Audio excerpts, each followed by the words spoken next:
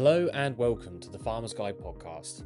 I'm Daniel Hodge, machinery reporter here at Farmer's Guide, and I'm joined by... I'm Sarah Kidby, I'm livestock editor and deputy editor. We're pleased to welcome you to the podcast, whether you're joining us from the cab, the office, or even if you're nowhere near a farm. In today's episode, we're talking about one thing: harvest. Crops are coming in across the country, and it's already shaping up to be a year of tight margins, regional variation, and changeable and unpredictable weather. This episode is brought to you by our sponsor, Larkin Gowan, and thanks to them for their support of this podcast. It's fair to say that it's already been an unusual start to harvest, with reports of farmers combining winter barley from as early as June. Because of the long dry spells in the spring, followed by the more recent hot weather that we've seen, it's been the earliest start to harvest since at least 2006. On harvest, though, we've got a packed episode for you today. We're starting off with a quick check-in with Olly Harrison, farmer and YouTuber, who Sarah spoke to in early July when he had recently begun his harvesting. We will then be joined by Olivia Bonser, who's the senior analyst at AHDB. She'll help us unpack the early harvest report from AHDB and give us some key harvest insights. And Sarah and I are going to have a quick talk through the recently released second AHDB harvest report. And finally, we had a great chat with Andrew Huxham, who's the co-founder at Hectare. He also farms 1,000 hectares in West Sussex himself, and he was fresh off the combine. He gives us a farmer's perspective on this year's harvest, as well as a trading perspective on grain prices and digital marketing platforms, plus how to sell at the right time. So we'll get right into it and start off with Sarah's conversation with Olly, who was calling in from Merseyside. He's farming around 500 hectares and he's growing a mix of winter barley, oilseed rape and wheat. Hi Olly, you okay? It's Sarah from Farmer's Guide. Hiya, all right. Hi. So, you started your harvest for barley kind of end of June, didn't you? 26th of June, I think it was, 26th yeah. of June, yeah. So how early was that for you compared to previous years? I mean, it's a week to 10 days earlier than normal, but it's actually the earliest we've ever started by a day compared to 2022, I think. Yeah. We started early then. Yeah, just because basically we've had our average rainfall for the first 6 months of this year, and 46% of that actually fell in January. So if you imagine, since February it's just been so dry, things have just died off. And this field that we started on was on the edge of the river. It was sandy land, so yeah, just burnt off and died. Yeah. And people sort of talk about the changing climate and stuff like that. Do you think it's just an unusual sort of blip of a year, or do you think are you noticing sort of climate change effects on the farm? Well, if there was a climate change, you'd see a pattern, wouldn't you? Well, last year was very, very wet and yields were down. This year's very, very dry and yields are down. So I'm not exactly sure what the climate change pattern is. Yeah. And how many hectares have you harvested so far, and how much have you got left to go? Oh, not many. We didn't have a lot of winter barley because of the poor weather in the autumn. So we've got, I don't know what we've got. We've done about 20 hectares, and we've got about another 20 to go today. Yeah. When do you start on sort of wheat and other things on the farm? We'll be on oilseed rape, I think, probably tomorrow. Yeah. And then wheat probably in 10 days, fortnight. Yeah. Cool. And we have actually had it quite wet the last week. Sorry, the last 4 really? weeks. We've had warm, wet weather for the last 3 or 4 weeks, I would say. So stuff actually is starting to grow again. Yeah. Oh, great. So did you say the yields are down this year with the barley? Well, what we've cut so far, is probably down a third. Yeah. The one that we cut the earliest was down by half. No, more than half. Probably. And that's all down to the conditions that you've had this year. Yeah, we harvested a third of what we would have liked to have harvested. Yeah. What moisture level was it harvested at? What you've done? It was harvested at 18 that 18. day. Yeah. Okay. And what has the season been like for you in general, sort of in terms of, I suppose, weed disease pressure, that kind of thing, and obviously we've talked about the climate, but overall, how would you say the kind of 2024-25 season has been for you? Awful. It's just, you didn't you couldn't have wished for a worse. You couldn't think after last year things could get any worse. Yeah. And that they were completely opposite, but from a financial point of view, they look like they're going to be worse. Yeah. Yeah. Yeah, it's not particularly positive at the moment. Cereal farming. Yeah. The only saving grace is that straw will be worth a bit. Yeah. Yeah. Cool. And just to get a bit of background information as well, what's your sort of total land farmed in hectarage and your crop rotation? We farm about 500 hectares. We'd normally be winter barley, oilseed rape if we can, winter wheat, and spring beans, and then winter wheat again. Great. Okay, brilliant. I know you're busy, so thanks so much. Really appreciate the time. Yeah, no problem. All right. Okay. All right. Cheers. Thank you. Take care. I'll speak to you later. So, Ollie didn't sound particularly optimistic back then. No, I think it's been a tough season for a lot of people, but it's always great to catch up with Ollie. And I know that since we spoke in early July, he's been talking on his socials about he's completed oilseed rape now, and he's started combining his wheat as well. So hopefully that will be a bit more positive, fingers crossed. But we'll be talking about the latest on harvest, obviously, in our chat about the latest report later on. And if you did want to kind of follow up on how Ollie's harvest is going, you can always check out his YouTube channel at Ollie Blogs Agri Contract. He's got a pretty big following on YouTube there, and I'm sure he'd appreciate some more subscribers. Now we've heard from a farming voice, we are going to jump straight into our interview with Olivia Bonser at AHDB for some technical insights. Could you please introduce yourself and tell us your role at AHDB? Yes, definitely. So I'm Olivia Bonser. I'm a senior analyst within the economics and analysis department at AHDB, focusing on the cereals and oilseeds side of things. So looking at the harvest this year, obviously quite an unusual year, I think it's fair to say. We've seen a lot of people obviously harvesting winter barley really early, and I know the AHDB harvest report, I think, was the earliest ever. And so we wanted to just start by asking you, how does this year so far compare to previous years? Yeah, so we obviously put out our first harvest report sort of about 10 days ago now. And within that report, we collect data which enables us to sort of compare to previous years. And so I think we first started putting out data in 2006. And if we look back across those harvest reports all the way back to 2006, this year has been sort of the earliest start. So we were hearing farmers starting to start combining winter barley in sort of June time, which, yeah, as I said, is the earliest that we've ever reported. It could be even since before 2006. It could have been earlier than that, but that's obviously just when our data starts. So, yeah, significantly earlier than what we'd usually expect. I think we sort of anticipated that in the spring when we had those very dry and warm conditions. So we just wanted to make sure that we sort of captured that very earlier start and started to collect that data. And in terms of the data, are you able to kind of summarize it? What would your view on it be? Yeah, absolutely. So obviously this is sort of 10 days ago now, and we know the harvest progressed quite quickly, despite obviously there's been some areas that have had showers and thunderstorms and so on. But up in that data up to the sort of 9th of July, the general outlook was quite variable. So because we've had such variable weather, both within regions, but also between regions, farmers are all at quite different stages. A lot of them are, earlier, but some of them still haven't got any crops that are ready. So within that report that we had last time, only about 10% of the farms that surveyed had sort of started their winter. Only 10% had been harvested on those farms.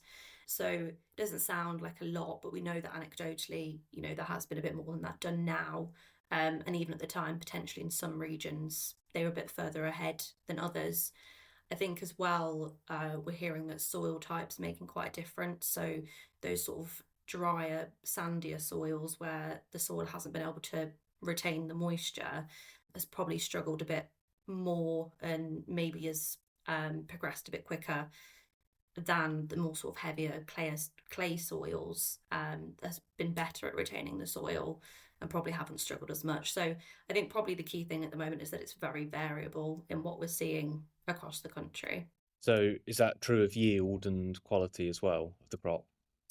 Yeah, so obviously it's quite early days to be looking too much at quality, but what we're hearing at the moment on the winter barley side is quite good specific weight. So in some areas they've seen sort of, over 70 kilos per hectolitre on the specific weights, which is quite good. Yield, again, quite variable. Some people have been sort of average, some are a bit below average. In our report of the farms that were surveyed, I think it was just about 2% above the 5-year average. But again, it's still quite early. So because we've only got sort of 10% of crops within that, it tends to change quite a bit as we collect more data throughout the year. So yeah, it's a bit early to say at the moment. But from what we're seeing, I would say still quite variable on that side of things as well. And obviously next we'll be sort of moving on to oilseed rape and wheat. Have you got any sort of data on that so far yet, whether many farmers are kind of harvesting and what it's looking like? Yes, that's a bit more sort of anecdotal at the moment because obviously we didn't capture any of that in our first report. But from what we're hearing, yeah, quite a few farmers are into the oilseed rape at the moment. Again, quite variable. So we're hearing, some people saying that they're about average, some people just below average. So a bit mixed at the moment. And then on the wheat side of things, again, we're hearing that a few people have started further south. I don't think there's much being done in the Midlands and further north at the moment, but probably in sort of, the southeast and southern regions. They're getting into that now, and I haven't heard anything too negative on the sort of yield and quality side of things at the moment. Yeah, and I mean, with it being quite an unusual year in terms of the conditions and obviously people harvesting potentially quite a bit earlier than they normally would, do you have any kind of advice on sort of avoiding any potential pitfalls and that kind of thing for farmers this year? I think it's probably at the moment the main thing to think about is sort of managing the moisture levels, also looking at temperatures. So, we know for oilseed rape, there's a maximum temperature before you'll get sort of claims or rejections. So I think just making sure that you're really aware of what moisture or what temperature you're looking at in your grain, and also obviously oil content on the oilseed rape side of things, just being a bit more careful when you're cutting it. We have quite an extensive harvest toolkit that AHDB puts out that sort of looks at a variety of things. So, looking at grain mycotoxins or best practice for glyphosate application, looking at storage, grain sampling. So there's quite a lot of information out there through AHDB to take a look at, which might help as well.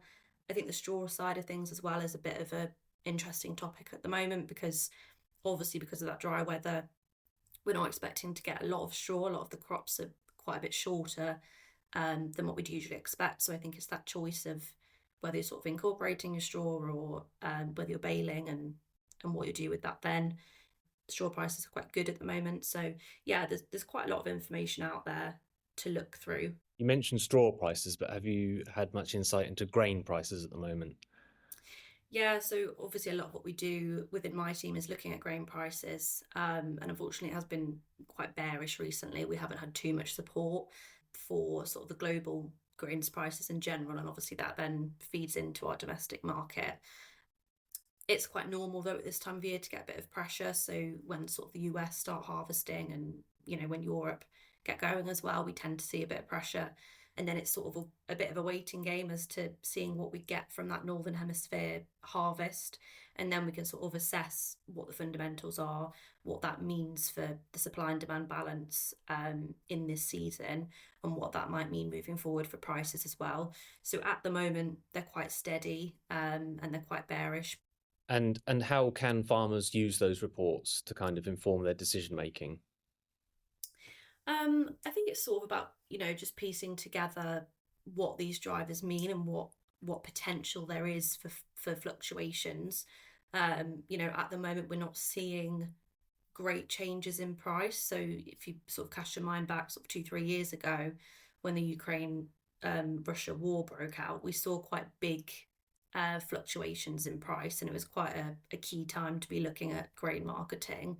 There are periods of the year where it's sort of, we don't see as much momentum in the market and you don't see as much change, and it's probably not as important to be monitoring every single day what's going on, but just keeping an eye on those short little rallies and where there is opportunity for you to look at doing a bit of grain marketing.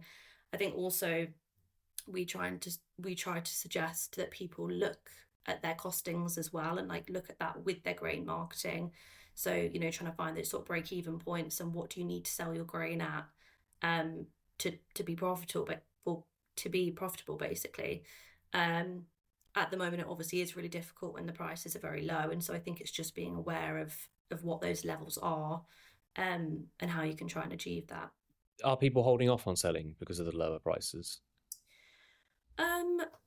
Yeah, I imagine so. It's quite difficult because it's not really key time for farmer selling anyway now. Obviously, everyone's sort of focusing on getting into harvest and progressing on that side of things. There'll always be sort of the farmers that do a bit of forward selling before harvest, and then there'll be some that do it throughout. I think also, obviously, cash flow is a really big thing for them to think about at the moment, with buying their inputs for next season as well. So it's quite difficult, but yeah, we're not seeing massive volumes being sold at the moment, so that could be an element of it. Yeah.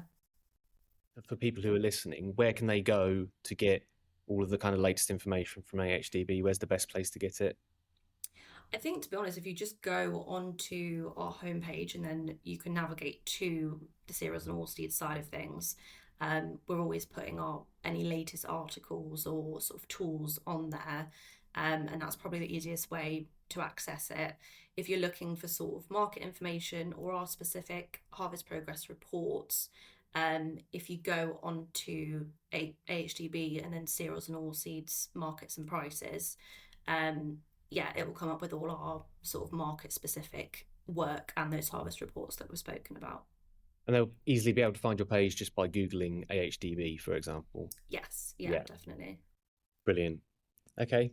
Thank you very much, Olivia. Thank you. Thank you very much for having me. So thank you again to Olivia for joining us on that call. It was really interesting to hear some of her insights. And I think one of the things that really stood out to me was the variation that we're seeing within regions and across regions, whether that's on yield or quality. I think it must make it really hard for farmers to kind of plan their decision making and to kind of really wrap their head around what is causing what. Yeah, definitely. And I think it was interesting as well to hear about the impact that soil type is having, and that some of the drier, sandier soils that have been struggling to hold the moisture more have perhaps progressed a bit quicker than those on the heavier clay. Yeah, but I think something from it that's potentially reassuring is that it does sound like some of the quality measures of the harvest are holding up. She mentioned specific weight being particularly good, and despite all of the challenges with the weather that we've had, that yields aren't necessarily as bad as they might have been. Yeah, I think we had some great insights there from Olivia. And we're now going to talk about the latest AHDB report, which has come out since our chat with Olivia. And there's some particular points that we want to pull out of that latest update. Okay, so looking at the second report that AHDB have put out, their second harvest report, which covers harvest up until the 23rd of July 25. We've got a few kind of headline things that we've taken away from it. Generally, obviously, harvest had a fairly early start, but the heavy rainfall that's kind of come in the middling late July has slowed it down to the point where in some cases combining hasn't resumed since around the 18th of July. That's as of the date of this report, which was the 25th of July. And with more rain forecast, some have been cutting at higher moistures, so likely to have impacts for quality for milling wheat and yield for oilseed rape and pulses. So in terms of the crops themselves, winter barley is pretty much finished. It looks like that in England it has completed, whereas Scotland and Northern Ireland are the regions where we're not seeing 100% completion.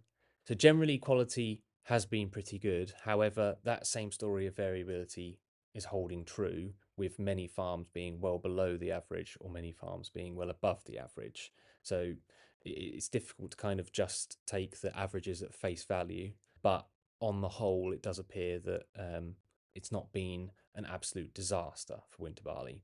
And I think moving over to winter oilseed rape, yields have been very encouraging for the most part. And so far, there's over half of the UK area has been harvested, which is a little bit down, but quality is good too. And I think after historically poor yields, we've seen 3.76 tonnes per hectare as the average UK yield so far this year, which is 21% above the 5-year average UK yield of 3.11 tonnes per hectare. And the rainfall has resulted in some planting of next year's oilseed rape crop as well. And quality is also looking good, with average oil content of 45% and average moisture of 8.5%. There's been strong progress in terms of harvesting of oilseed rape across southern and eastern England and Wales, but so far none in northern England, Northern Ireland or Scotland. Moving on to oats, there's not a whole lot to say. 3% completion in the UK, obviously based on a very limited sample. And although the early yields are showing 5% below average, obviously it's not particularly representative data considering the amount that's been collected. And in terms of specific weights and moisture, there's no data currently available.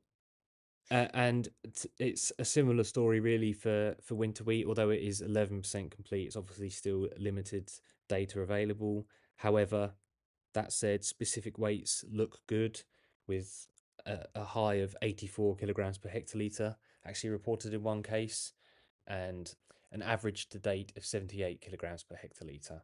Protein contents are reported to be 14% or higher for the samples that have been processed so far, and an average moisture level of 13.3, however, with a range of 12.2 to 15.3%. And on spring barley and pulses, again, very early and almost no data to go on. So overall, it's been a mixed picture so far. And I think we'll just have to watch this space really. And the next harvest report is going to be published on the 8th of August. Okay, so finally we have our interview with Andrew Huxham coming up. He's the co-founder of Hectare Trading, or Hectare Agritech. It's Hectare Trading is an online marketplace for grain, and he is going to speak to us a little bit about what it is, how people can use it, and not only that, Andrew is a farmer himself and has given us a little bit of an insight as to his harvest experience this year. So my name's Andrew Huxham. I'm an arable farmer from West Sussex. And back in 2015, with two friends, we launched Hectare Trading, Hectare Agritech, sorry.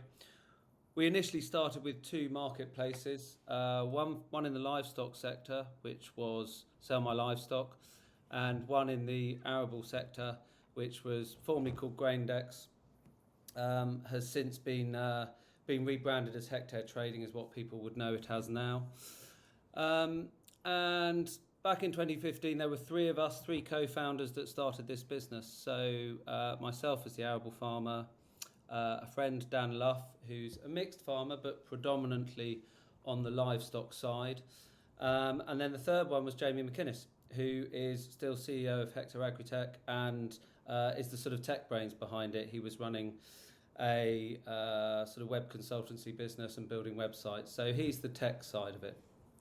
So that's where we began back in 2015 with Hectare. So we're still operating these marketplaces. We're completely impartial. So we effectively sit in the middle to facilitate trade and efficiently match up the best buyer and the best seller at any given point in time. How does Hectare differ from traditional grain marketing and selling routes? Sure. So we are the only place where you can receive multiple bids from different buyers at any one point in time, digitally on your phone or on your laptop. There's no other place you can go to do it. So you can trade digitally, but you don't get multiple bids or prices from other people. So that's where we differentiate. And I think, in the past year, we've doubled the number of buyers and nearly doubled the number of sellers on the marketplace. So we're really starting to ramp up now in terms of our growth. Was it something that when you were sort of setting up the business as a farmer, was it something that you felt was a gap in the market where there wasn't really anything that was kind of providing what you needed as a farmer? Yeah, absolutely. So, I mean, Dan and Jamie formed Sell My Livestock about 6 months before I came into the business. And I was watching what they were doing as friends of theirs, and I said, look, there is nothing like this in the grain trade. There have been a couple of attempts of different iterations, but they have failed for various reasons. And so my initial role was to meet with a lot of the merchants and the buyers in the UK and try and come up with a system and a format which would work for both buyers and sellers. So yeah, that's exactly where we've come from. Me as an arable farmer thinking, actually, there's got to be a better way to do this in this day and age. And a lot of it for us is about decommoditizing a commodity. People grow Group 1 milling wheat or Group 3 soft biscuit wheat, whatever it is, and it's sold as that. Whereas with a platform like ours, you can put in the exact spec if it's post-harvest, and actually the buyers can bid on it with confidence that, right, we know that this is going to fit well with this home, or we can use this for this. So the ability of a platform to sort of decommoditize what has been largely a sort of broadly commodity-based business or supply chain is where you can add value. So it really was born about by my frustrations of not knowing who the best person was to sell my crops to when I first came into the business. And I was quite fortunate. My father was still involved in the business, and he was quite happy to hand over a proportion of the grain trading quite early. And so, I very quickly looked at it and thought, well, hang on, why do you always sell that to them? And why do you sell that to them? And how do you know you're getting the best deal on the day? And so that is where it was born out of. Yeah, absolutely. So in terms of first of all, in terms of your users currently, are you seeing much activity on the platform this time of year? We are now, and we know we're going to see a hell of a lot more, a huge amount more. So the sort of August through to October time is generally a very, very busy time in terms of grain trading. We have seen huge increases year on year since we started, but one of the things we've recently developed is what we call our marketing planner. So we've trialled it with a small group of users, and it's been very well received. So we're going to roll it out to the rest of our users soon. But it's a tool that helps sell little and often. But rather than just breaking up, if you're going to have 500 tons or something, breaking it up into 500 four-load lots, it takes into account logistical and financial constraints. So it's a bit smarter than just dividing up what you've got to sell. But I think at some point, farmers, this is going to be a real mixed bag this harvest. It's going to be, there is such a variation in terms of what people are seeing. Where we are in terms of harvest at the moment, generally on the south coast, most people have finished winter barley. They're a good way through oilseed rape, a lot have finished, and they're harvesting wheat. And there's a huge variation across the UK. The further north you go and the further west, the slightly more delayed it is. But people are getting on well, and so it's a case of making the most of what you've got. I think, as a farmer myself, if I know I've got to sell and move crops before, say, September, I want to be selling a large proportion of that pre-harvest, because I know I've already bought the fertiliser for it. For the following year, I need to be able to make sure I've got the cash flow to be able to manage that. And I think lots of farmers are going to be pushed into a corner this year because they just didn't like the depressed values. So But you we can think talk. there's a potential for farmers to have been holding off from selling because, like you say, they didn't like the prices, and at some point they're just going to have to figuratively bite the bullet and Absolutely, yeah. absolutely, and it's inevitable at some point that happens. But um, I think where we're seeing such variation. I mean, to give you an idea, the initial reports we've had at hectare on winter barley yields have varied from about 6.5 tonnes a hectare to 11 tonnes a hectare.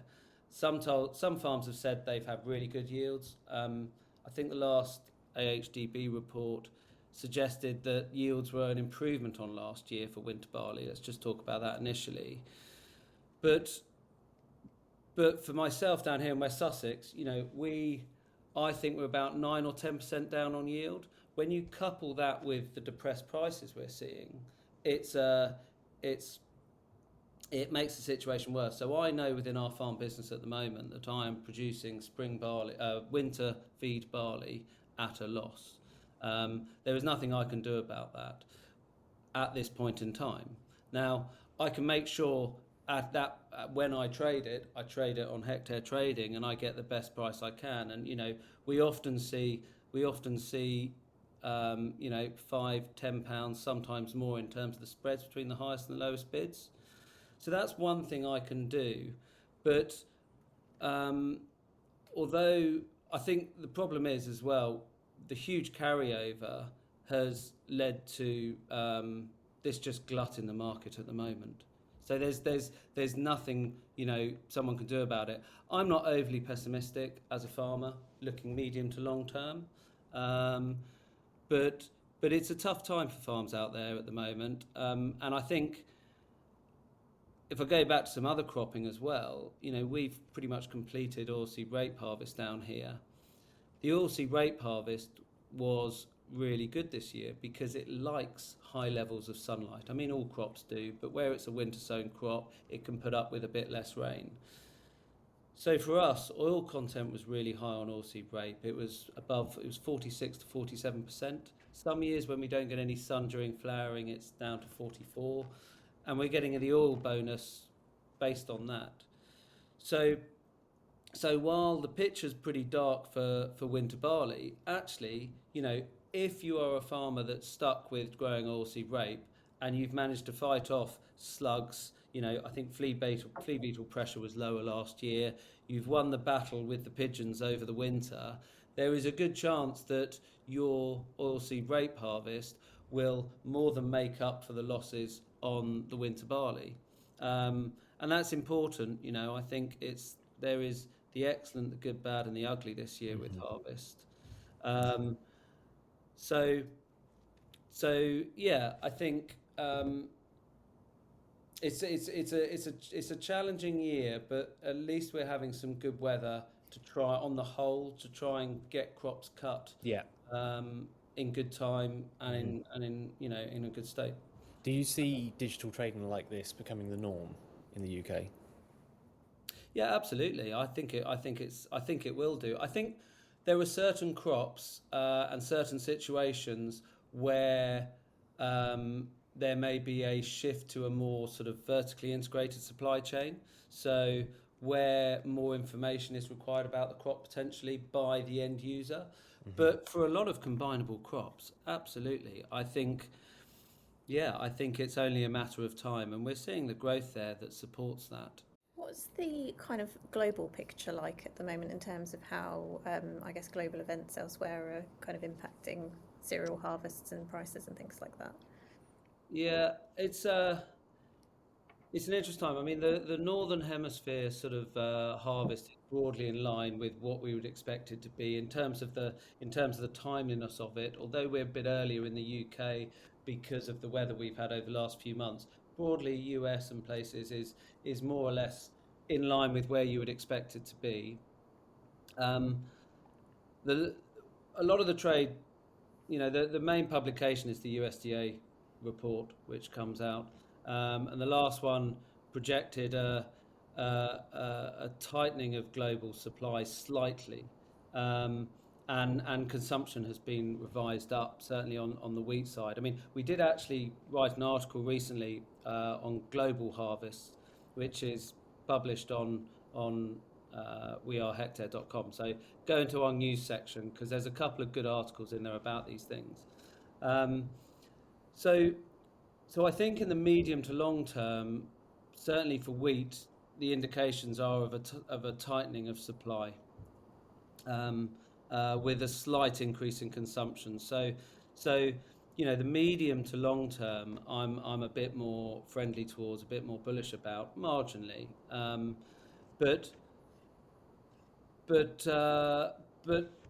we do need, and what the trade often sees at this time of year is some sort of weather story, and we did have some temporary rallies a few weeks ago, based around unfavourable weather conditions around the globe, and that's what farmers need to sell into. That's what farmers need to capitalise on.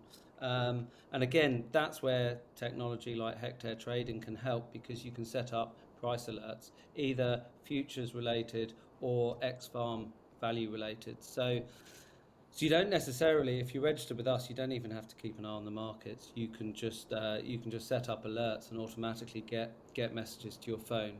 But I mean, in terms of the broader context globally, the Black Sea region is still pretty critical. I think they've estimated the Ukraine's harvest to be at about a 13-year low, and there's just the potential for I mean, it's already pretty unstable, but there is the potential for a lot more instability to come from there. So, and this is why short term, with this glut of supply, I think there's so much downward pressure post harvest.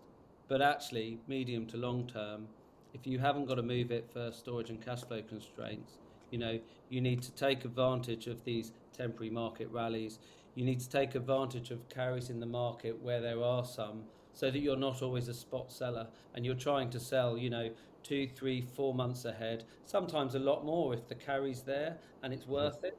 And it's having your eyes slightly further ahead, so that you don't want to sell too much pre-harvest, because you don't want to end up being in default by not being able to supply it. Mm-hmm. But actually, variations of crop yields in this country, certainly in wheat and barley, when we have a disastrous harvest, we're down by 10 to 20%. Elsewhere in the world, a disastrous harvest means they don't get the combines out of the shed. So most farmers should have a bit of confidence to sell something forward, if there is a margin there over their cost of production, mm-hmm. to try and reduce the risk. I mean, as a farmer, I am probably a seller every month of the year, but I vary what I sell based on where the values are in comparison to my break-even price or my margin aspirations. So broadly, I think globally, we're going to see a tightening of stock. We're going to see a slight reduction in supply and a slight increase in demand, but it's the real geopolitical factors which will drive the rallies, which I think people will need to sell into as and when they happen. Right.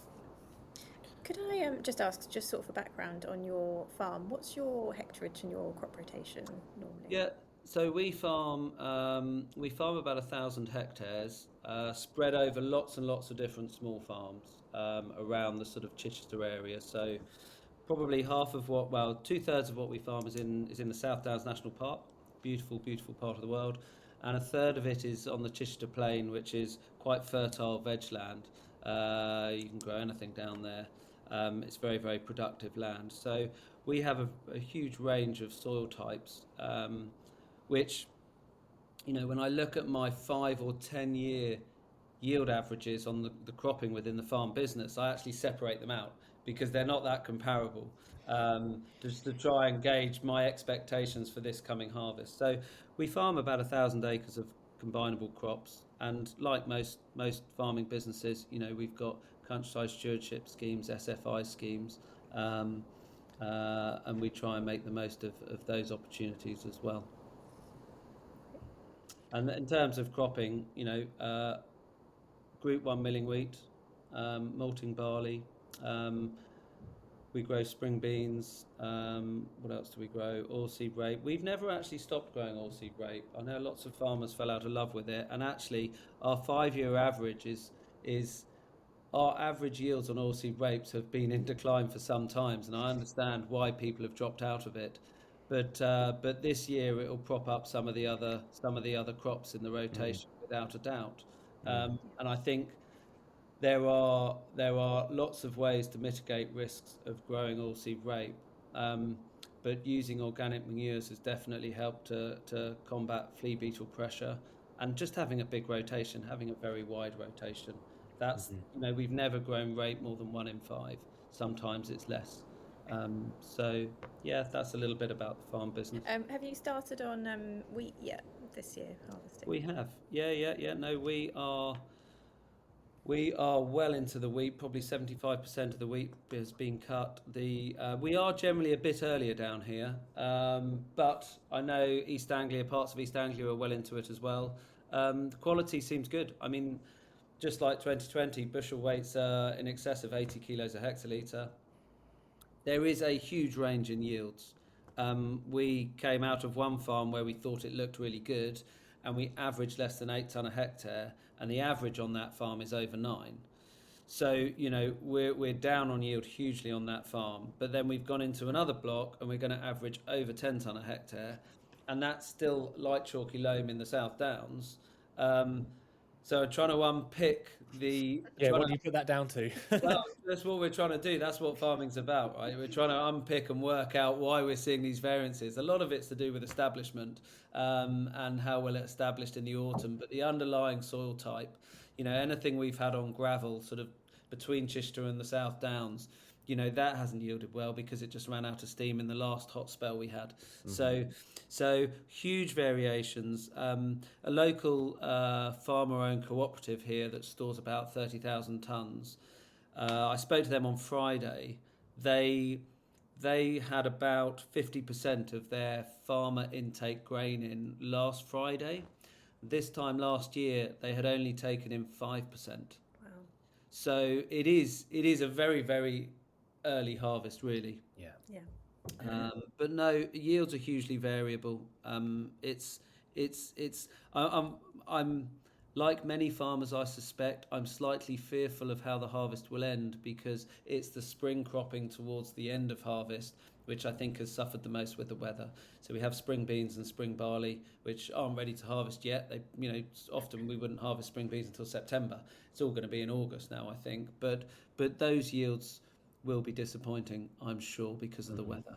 So that's a real challenge, but it's trying to make the most of what you've got, isn't it? How do you see online marketplaces evolving over the next 5 to 10 years or so? Yeah, it's a good question. I think we can do a reasonably good job of trade execution and matching up buyers and sellers at the right time. To be honest, that's quite easy. Once you've got critical mass and you've got enough buyers and sellers, that's not difficult. What we are working on is a suite of products to assist farmers in that process. So the marketing plan is a classic one. It's prompts on a monthly basis to go, you should have sold X amount of your wheat by now. Do you want to sell any? This is where the values are. It's trying to assist in that plan to make sure people don't fall behind necessarily. So the marketing plan is a classic one. We work quite hard. We've got a good team of data analysts now that look at the variation of prices around the country and the bids that we receive, and the basis is the key metric for us. So the difference between an ex-farm value that a buyer places on a listing or a consignment of crop compared to a futures value.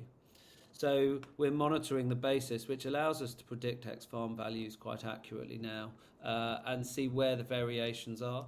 So providing better insights to our farming members, and also to the buying side as well, as to where values are and what people are doing and why. That's quite important. So I think we'll continue to roll out a sort of suite of products to help with that, with the trading side of it, and the management of trade execution as well. So making sure that things are moved on time. There's a whole suite of things that can be done. So we need to continue to build those out. Okay. Just before we did go, is there anything else in particular that you felt like you wanted to mention that we haven't covered? Well, no. I suppose, I just want to say I hope harvest goes well for everybody else. There will be highs and lows. If you need anything, log on and have a look at the market insights.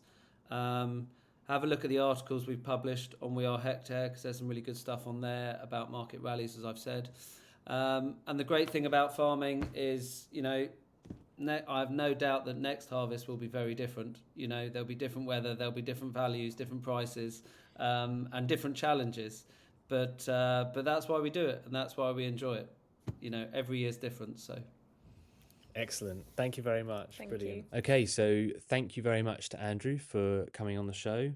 I think that the idea of, digitized marketplaces for grain is really interesting. Yeah, definitely. And I think when we're coming off the back of so many other conversations about how unusual and how unpredictable this harvest has been, I think it really kind of hammered home that farmers are really facing so many challenges, so much volatility, and this kind of technology is probably going to become more and more important. Yeah, I think he's probably right in his suggestion that it's the way things are going in terms of the marketplace, because it opens you up to such a larger market when you can just very easily open up your grain for bidding. You get to choose the bid that you go for. It's potentially much quicker as well, I suppose. I see it. I see the marketplace moving that way. I don't see it going any other direction, to be honest. And it's much more credible coming from him. This, just for our listeners' context, we actually have to delay the interview by a day because he was combining. So, he's a working farmer. He's not an app developer, not a banker from London investing in a big business. This is, a farmer who understands the realities of farming. Yeah, and I think he's seen a gap in the market, something that he really needed himself as a farmer. And he's created something that's obviously very tailored to what he needs and what works for other farmers as well. So thank you to all of our guests once again for appearing on the podcast this time. It's obviously been an interesting harvest, an unusual harvest. I'm not sure if there's such thing as a usual harvest, but nonetheless, there are obviously some pretty significant challenges this year that people are facing. We've had some really interesting insights from farmers themselves, from research or data organisations, and a more commercial view of grain marketing. Yeah, and I think harvest is obviously such a busy time, and I think we'd also like to say to farmers that we really hope that the rest of harvest goes well for you, and remember to take care of yourselves as well, because it's a really busy, tough time of year. Once again, thank you to Larkin Gowan, our sponsor for this episode. As always, their support of this podcast is very much appreciated, and we'd like to remind people to contact us if you have any questions, any ideas, anything you'd like us to talk about, any stories, at podcasts@farmersguide.co.uk. And if you can subscribe and leave us a rating or a comment, that would be great. It really helps people find the show. We'll be back again soon with more conversations and updates from the world of farming. Until then, happy harvesting. We'll catch you next time.